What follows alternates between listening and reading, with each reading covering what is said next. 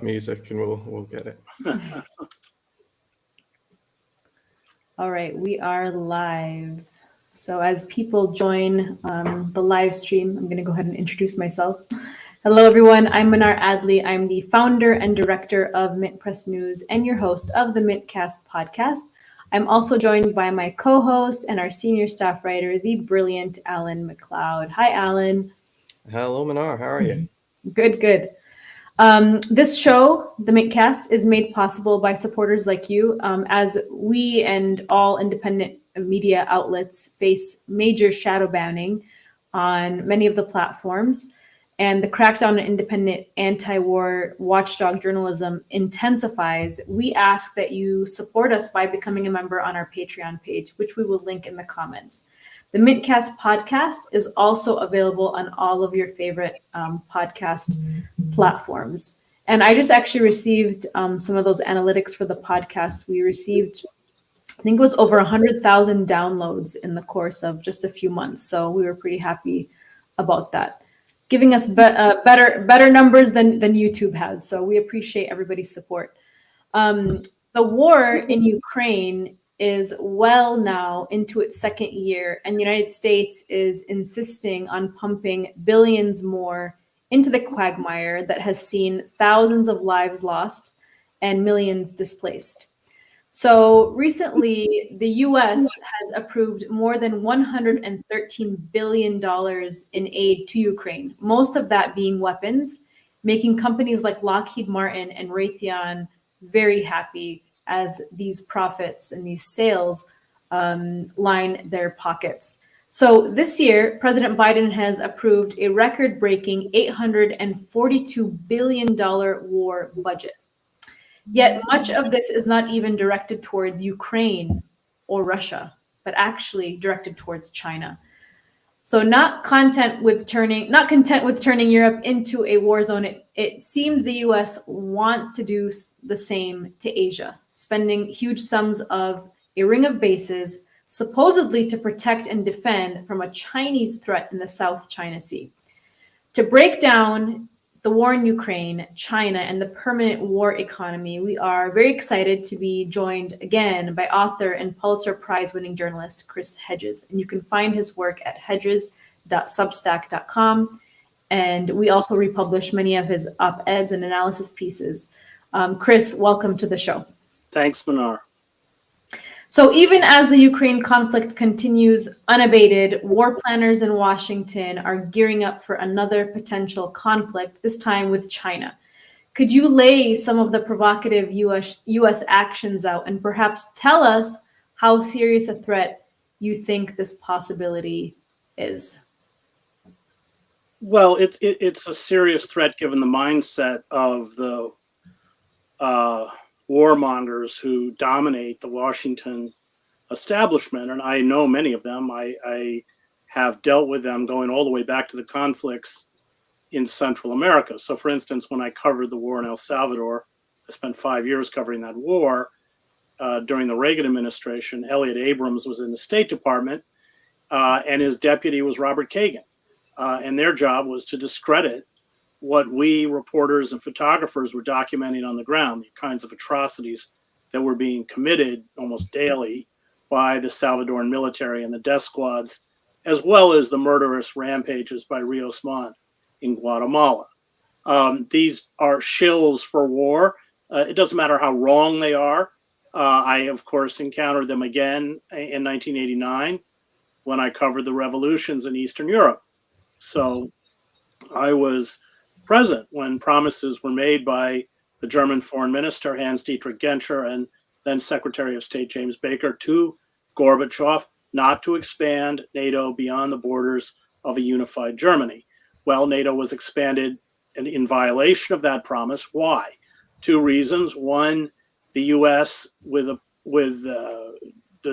collapse of the Soviet Union, saw Russia as a weak, even failed state that was of no concern, so it was hubris.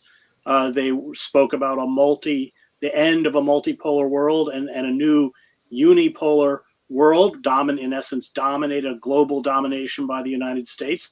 And then there were billions upon billions of dollars to be made by making militaries in Central and Eastern Europe compatible with NATO equipment. So those two reasons, they were aware that these were provocations to Russia. They didn't care. WikiLeaks released an internal email by William Burns, now the head of the CIA, was then ambassador to Russia, that talked about Ukraine being a red line. So it's not like they weren't aware, they didn't care. And then, of course, the 2014 coup. So it comes out of hubris. It comes out of feeding the arms industry. You mentioned the, what is it, 854 billion arms budget. When you count other budgets, Veterans Affairs and nuclear, it actually comes closer to $1 trillion a year. But 400 billion of that goes directly into the pockets of the arms manufacturers, and you have a staggering number of former admirals, generals who sit on the boards. I mean, in fact, of course, Lloyd Austin came off of the board of was it General Dynamics? I can't remember which one it was. So there's that kind of cross-pollination between the arms industry.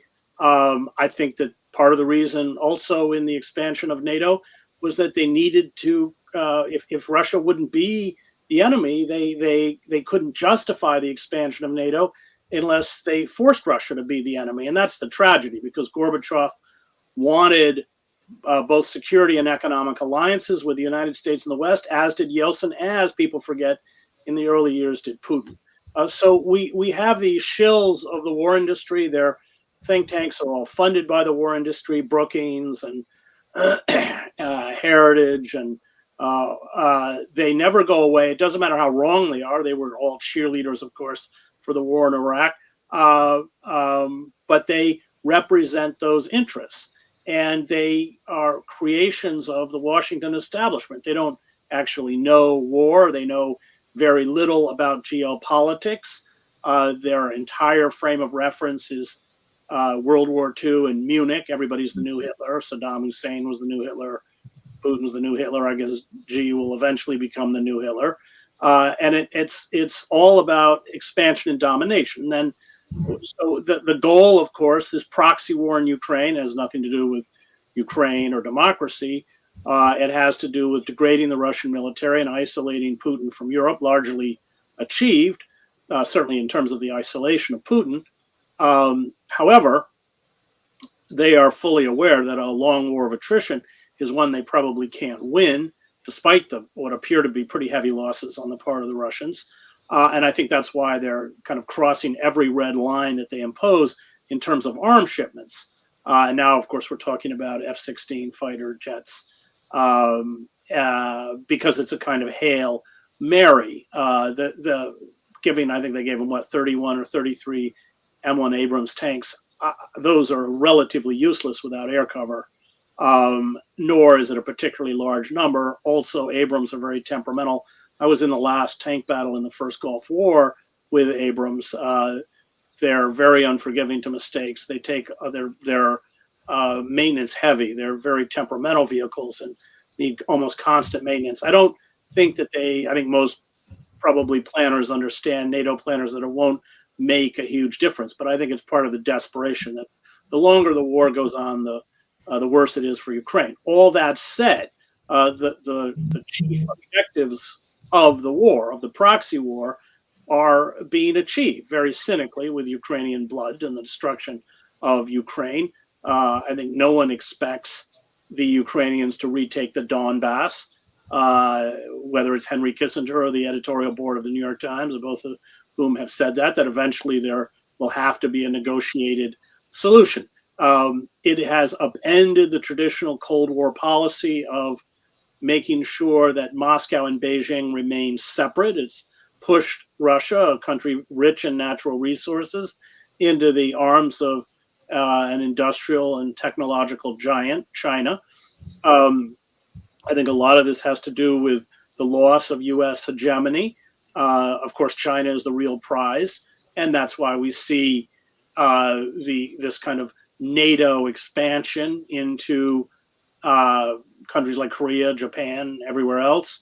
It's why we see the nuclear submarine deal with Australia. It's why we see long patrols in the South China Sea, which would be the equivalent of China essentially sending aircraft carriers and destroyers to go up and down the coast of California. But these people have been around for a very long time.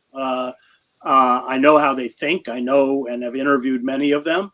And they're very dangerous because they are blinded by their own hubris, blinded by their own power, although, of course, they have orchestrated one military fiasco after another, starting with Vietnam, 20 years in the Middle East. So they're very dangerous people. And of course, finally, both Russia and China are nuclear powers. And what we're doing is essentially flirting with a nuclear conflagration. So they're very dangerous people.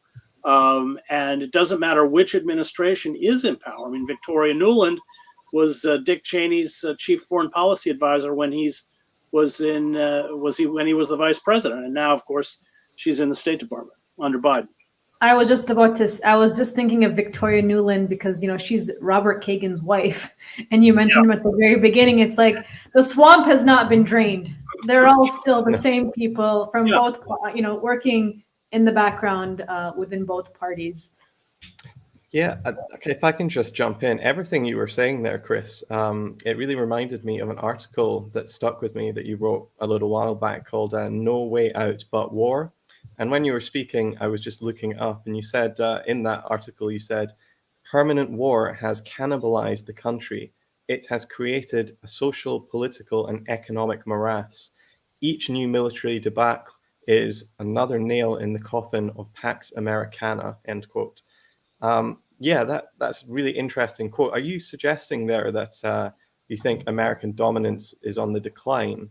And if so, do you think that makes the United States a more or less dangerous place vis-a-vis the rest of the world? Well, it's clearly on the decline, as anybody who drives through large swaths of the United States will tell you. One decayed city after another, all of the mechanisms of repression that were tested largely on people of color, the way the Israelis do in Gaza, have migrated back to the homeland. Militarized drones, wholesale surveillance, militarized police.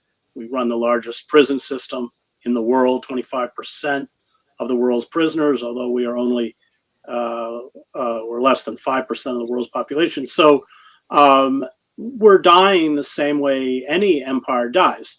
And what happens, and I just as a caveat would say, I studied classics at Harvard, so I'm acutely familiar with the trajectory of the Athenian Empire and the Roman Empire, which died in much the same way. And what happens is that in the inception of empire, they actually use military force very judiciously.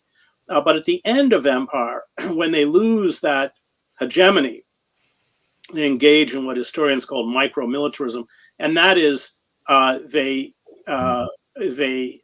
carry out acts of military adventurism that are self-destructive, and that certainly is exactly what the United States has done now for decades, and that is what led to the collapse of both the Roman and the Athenian Empire. In the case of Athens, they attacked Sicily and their fleet was sunk, and most of their soldiers were killed, and then the empire fragmented. There were uprisings throughout the empire.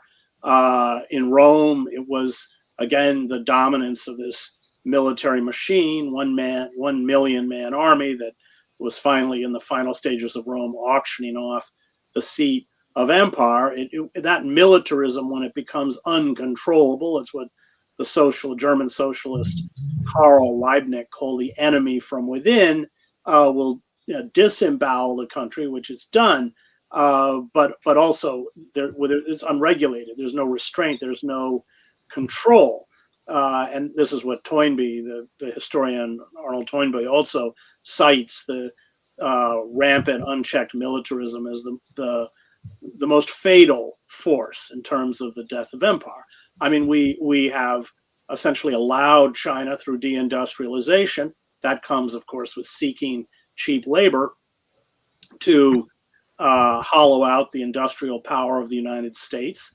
The Chinese economy, I can't remember by what years, is set to overtake the American economy. And I think that loss of capitalist dominance, coupled with the cracks or the rise of this multipolar world, and then finally we have to acknowledge what will be the fatal blow, and that is the loss of the dollar as the world's reserve currency. We're already seeing China, Russia, Iran, other countries attempt to set up an alternative SWIFT system. This is the international money transfer system that doesn't use the dollar. And we know exactly how that will play out, because when the pound sterling was dropped as the world's reserve currency in Britain in the 1950s, the British economy went into a tailspin. We'll be far worse off because we fund our military, like much of our government, on debt, and people will not be buying treasury bonds. The value of the dollar will drop precipitously, and the empire itself will become unaffordable. We won't be able to maintain the 750 military bases that are scattered around the globe. So that all of that is coming, and what we're seeing is a kind of desperation on the part of the militarists who are stoking, or the way essentially to deal with that decline is to stoke a confrontation directly with China, and they're planning for it. I mean, we have U.S. Marines are training on storming islands because that's exactly what they would have to do if there was a confrontation with China. So yeah, these people are really, really frightening, and they have essentially orchestrated one military fiasco after another. I mean, in any functioning state, these people would be held accountable, certainly for the 20 years of war crimes that they committed throughout the Middle East. But of course, they're not. They're not held accountable by the press. They're not held accountable by the power structure, which is an appendage of corporate America, and in particular the arms industry. And so they're allowed to, they've kind of got us in this death embrace as we waltz forward towards catastrophe. And I want to steer this question towards you, Alan. But before I do that, I want to just share this tweet here by John Pilger. 1 second, let me get this out. And it's about Papua New Guinea. So John Pilger just tweeted, unknown to most, Papua New Guinea has agreed or otherwise been bribed to allow the U.S. to take over the impoverished island state's ports and airports, thus completing the noose of U.S. bases around eastern China. The U.S. will get its war if you allow it. And obviously, John Pilger's, well-known journalist and director of the film The Coming War with China, which I recommend everybody watch. But here we are with another war gearing up towards China. So, Alan, my question for you is, what is driving all of this? I mean, why is the United States turning its gaze towards China in simple terms? What explains a seemingly new focus on Beijing? Yeah, I mean, I guess just to start off with that film, The Coming War of China, it came out quite a while ago now. And when I saw it first, I thought, well, this is a prediction, but maybe it's a bit alarmist. But now it seems completely, Pilger seems Cassandra-like in his predictions on what was going to happen. And it seems that, we're rapidly racing towards this nuclear Armageddon.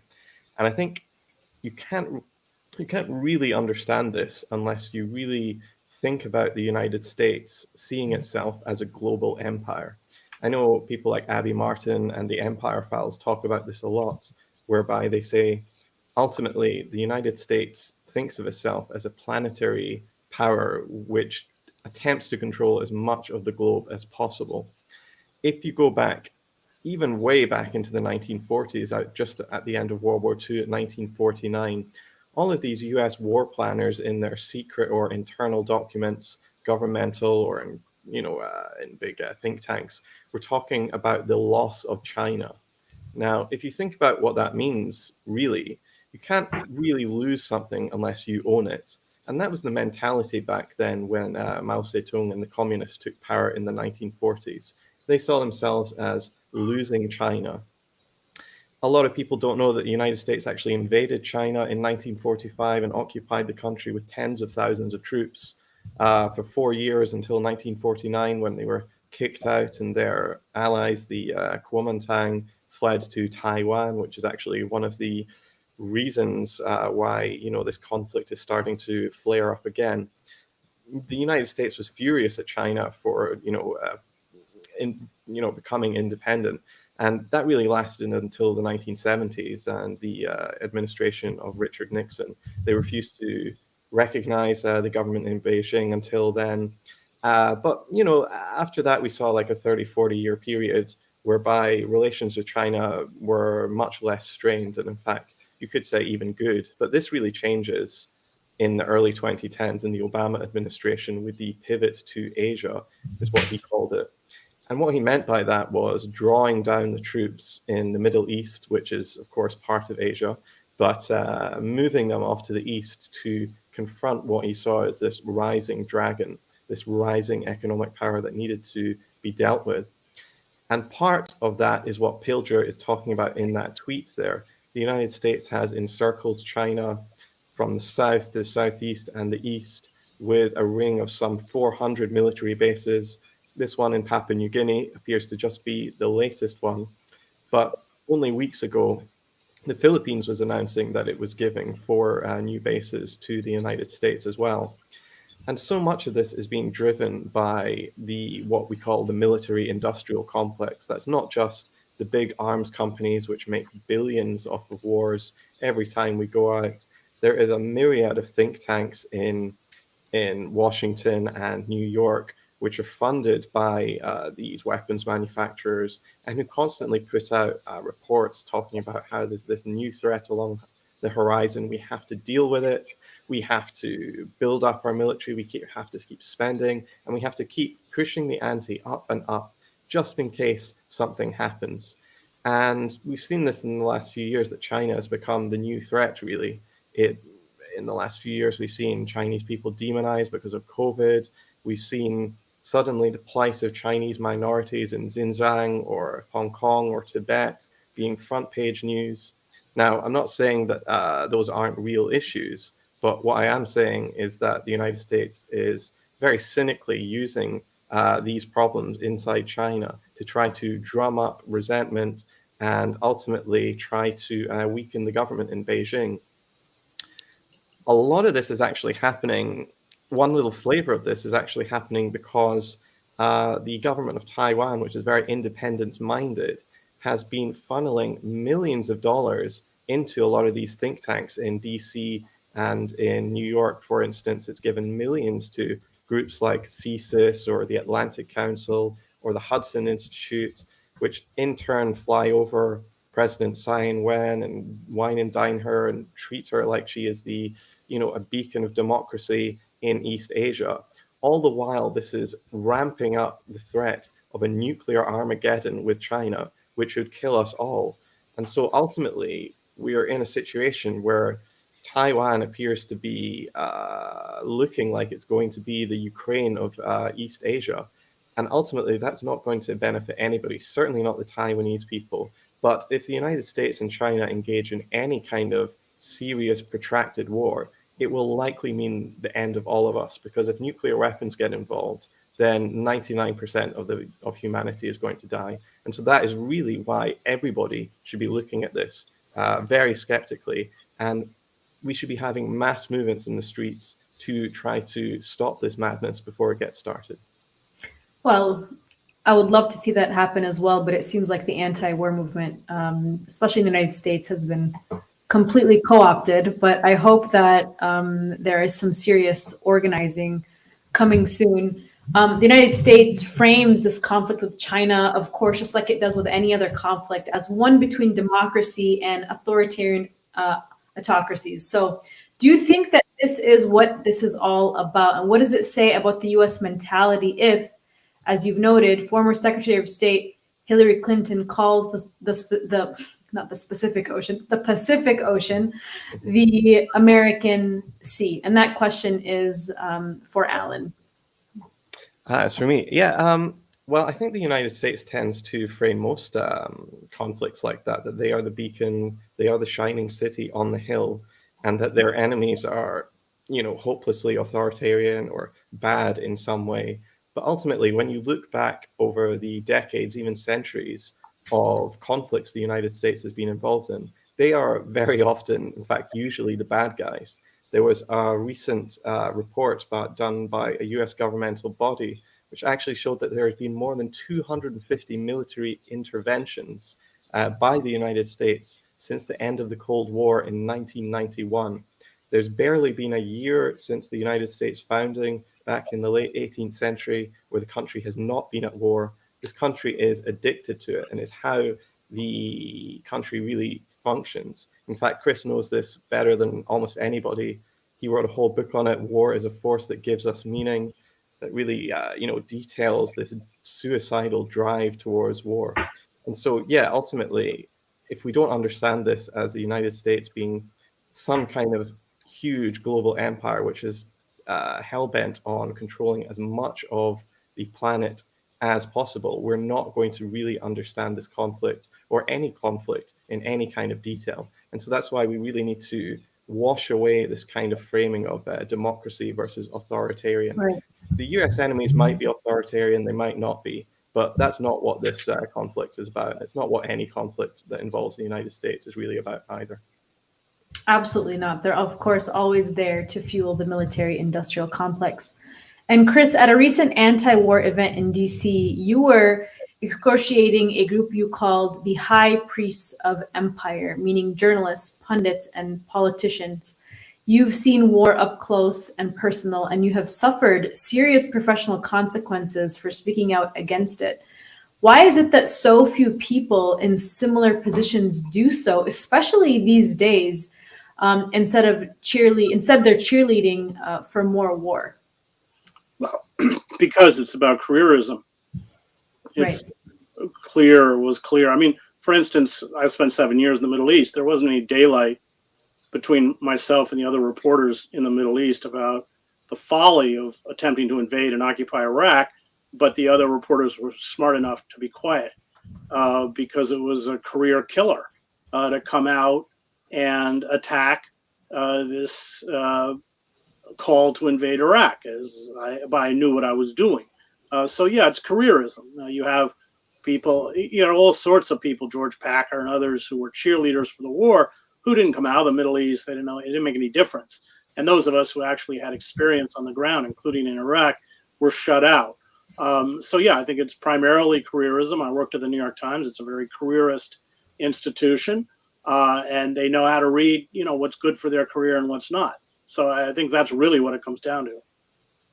Well, and it seems like we're seeing that kind of same careerism within the political system as well when it comes to people like AOC, who do, a lot of good things, for many issues. But then when it comes to war, they're still pushing Russiagate. They're still pushing the same narratives that come out of the State Department. Is that what we're seeing? Yeah, I mean, the so-called squad has been told that if they want to have political viability, they'll dance to the tune that the Democratic leadership plays. And if they don't dance to that tune, they'll go the way of Dennis Kucinich, was because of redistricting or gerrymandering in Ohio by the Democratic Party, was pushed out of the House.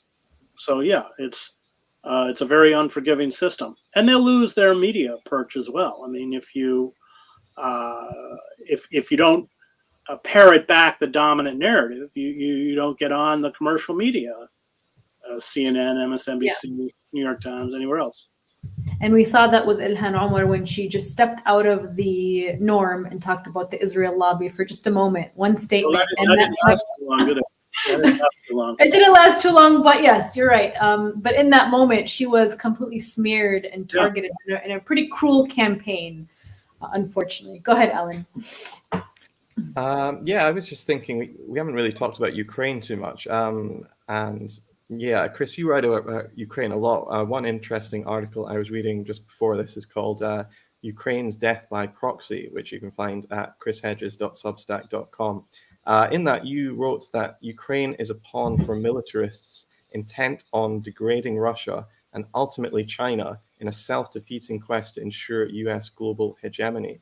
The end of this war, like most proxy wars, will be ugly. Can you unpack that for us? What did you mean by that exactly? Well, because proxy wars always, and I've covered many of them, the Kurds, and they always end with betrayal. They will sell Ukraine out as soon as Ukraine can no longer serve the interests of the US empire.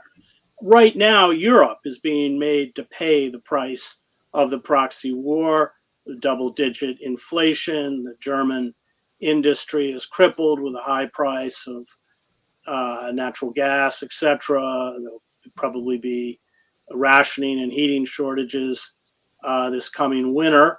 And although we suffer from inflation, we're not as economically impacted. That would change with a war with China, because a war with China would disrupt the global supply chain.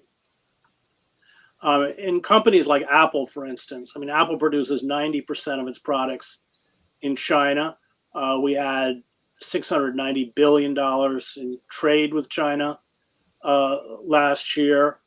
As I mentioned before, China's manufacturing has double that of the United States since 2004. It produces the largest number of ships, steel, smartphones. It dominates the global market in terms of chemicals, metals, heavy industrial equipment, electronics. It's the largest exporter of rare earth minerals, as well as the greatest reserve holder. Now, these are and it has 80% of the refining of rare earth metals worldwide. Now, these are essential for computer chips, smartphones, television screens, medical equipment, fluorescent light bulbs, cars, wind turbines, fighter jets, satellite communications, etc. So, a war with China would have an economic impact on the United States that the proxy war with Russia in Ukraine is not having. You would have a massive shortage of a variety of goods and services. You definitely trigger serious inflation, certainly double-digit inflation, widespread unemployment, probably at least initially rationing. I don't see how the global stock exchanges in a war with China would even be able to operate, certainly in the short term, and it would trigger a global depression. So what these militarists are doing, and we're already, of course, the frayed political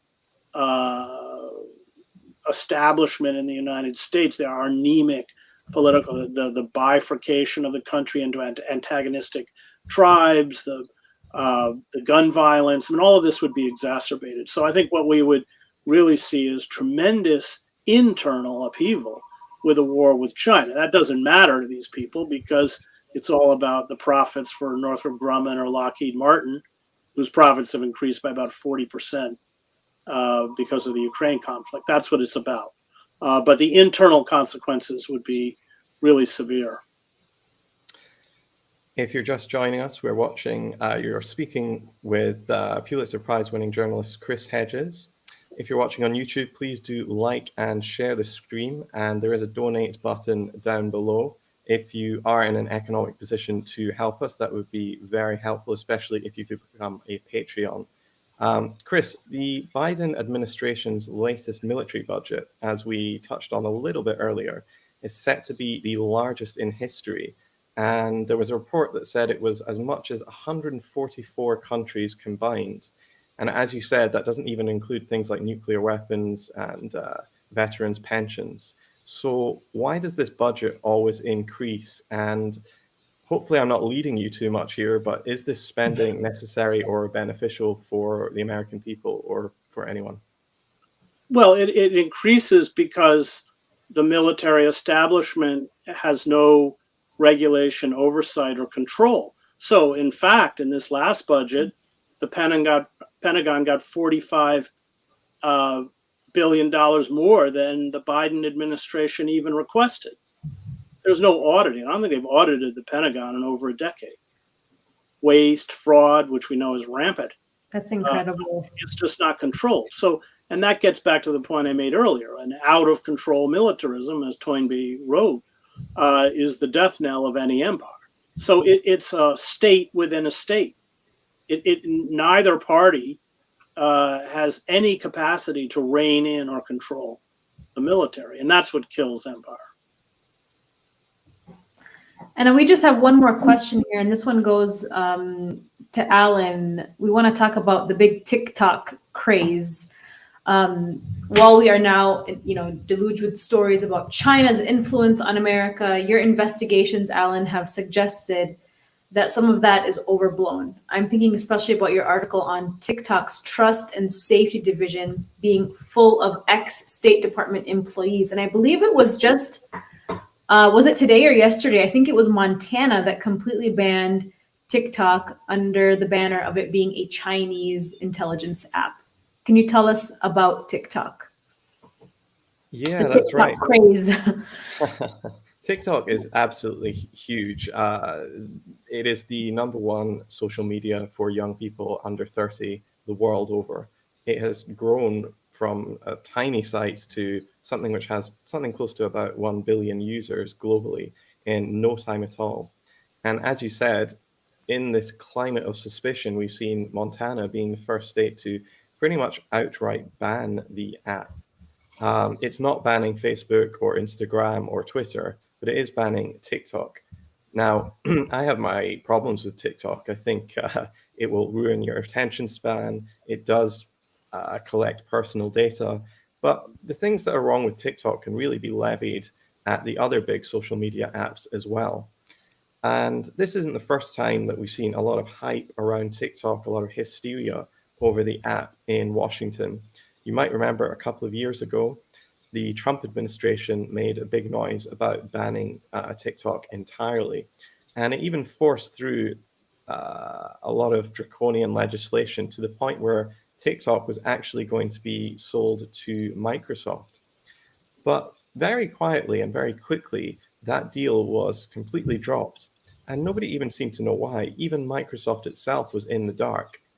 And what we found out a little bit later was TikTok had come to some sort of agreement with the US government to begin what it called something called Project Texas, which was essentially bringing all this big hardware over and storing it in Texas, in the United States, and bringing in dozens, if not hundreds, of quote unquote former State Department, former FBI, and former CIA officials to run the company's most sensitive divisions, like trust and safety, like security, and like content moderation. And so what I found in my investigations, which really just involved looking at who were some of the most influential people at TikTok and starting to scrutinize some of their backgrounds, was that an alarming number of them had long careers in the national security state. So just as a couple of examples, Christian Cardona enjoyed a distinguished career at the State Department. He served in Poland, Turkey, and Oman, and he was in the thick of US interventionism in the Middle East in the 2010s. For instance, between 2012 and 2013, he was an assistant to the US ambassador in Kabul in Afghanistan. And then he later left that role to become the political and military affairs manager for Iran, for the United States on Iran. And yet, from this long career as a distinguished Mandarin, in the summer of 2021, he dropped all of that and went straight from a top job at the State Department to become the product policy manager for trust and safety at TikTok, which on paper is a move that he appears completely and utterly unqualified for. He is certainly not the only person. We could have a look at somebody like TikTok Trust and Safety Manager Bo Pattison, who was until 2020 a CIA targeting analyst, meaning that he was choosing the sorts of targets that the CIA would go after, perhaps with drones. Not only that, he, according to his resume on LinkedIn, is still a serving military intelligence officer at the US Army, while moonlighting as the trust and safety manager for TikTok. And perhaps the most startling of these hires that I found was Greg Anderson, whose own profile suggests that he, not suggests, outright states that he worked on, quote, psychological operations, end quote, for NATO immediately before moving into social media. So why are all these people moving into highly politically sensitive fields within social media like TikTok? They're not going into marketing or customer sales or anything like, service related. They're going into the areas whereby they have a say on what algorithms produce. In other words, they are deciding what we see and what we don't see. And it's not just for Americans. This is the case whether you're in Cameroon, Chad, or Canada. It doesn't matter. If you're using TikTok or another big social media app where former three-letter agency guys are absolutely full or just stacking the employment rosters there. This is really an incredible thing that's going on, whereby the United States government really has a sort of one step away from government censorship on a global scale. And this is going on almost completely unmentioned by much of the media. And so ultimately, I would say that, if people are going to ban TikTok, you can perhaps talk about it being no good for your brain. But ultimately, I don't think it's any more dangerous a threat than any of the rest. And this is a huge political football that's being kicked about right now. And it's got very little to do with the idea that the Chinese Communist Party is reading all your DMs or anything. It's more about control over one of the world's most important and influential methods of communication today. Well, and isn't it so interesting how everything that we project and accuse, everything we accuse China and Russia of doing when it comes to surveillance, we are actually doing it already here through our social media giants like Facebook and Twitter. It's if not even worse. And what's really interesting about TikTok is that, sure, it's a highly addictive and problematic social media platform for young people. We can all acknowledge that. And yet the NATO officials, or not NATO officials, but the NATO to TikTok pipeline is allowing for Washington to literally train TikTok influencers on how to talk about the war in Ukraine, while actively censoring posts by Palestinian activists who are uploading content to show the brutality of the Israeli occupation and apartheid and its crimes in Gaza. And so it's really interesting to see that this war on TikTok is taking place, and yet they are actively using it as, for a very successful psychological warfare campaign. But anyways, that should wrap it up for today. But we really appreciate you all joining us today. And Chris, thank you so much for being with us. It was truly an honor and pleasure to have you. As usual, we always learn a lot from you. And also we always learn a lot from the brilliant Alan Macleod. And so that's it for our broadcast today. And you can find this live stream in audio format through all of your favorite podcast platforms when you search for Mintcast. Thank you guys so much. Thank you. Thank you. Honor and pleasure to speak with you, Chris. Yeah, thanks.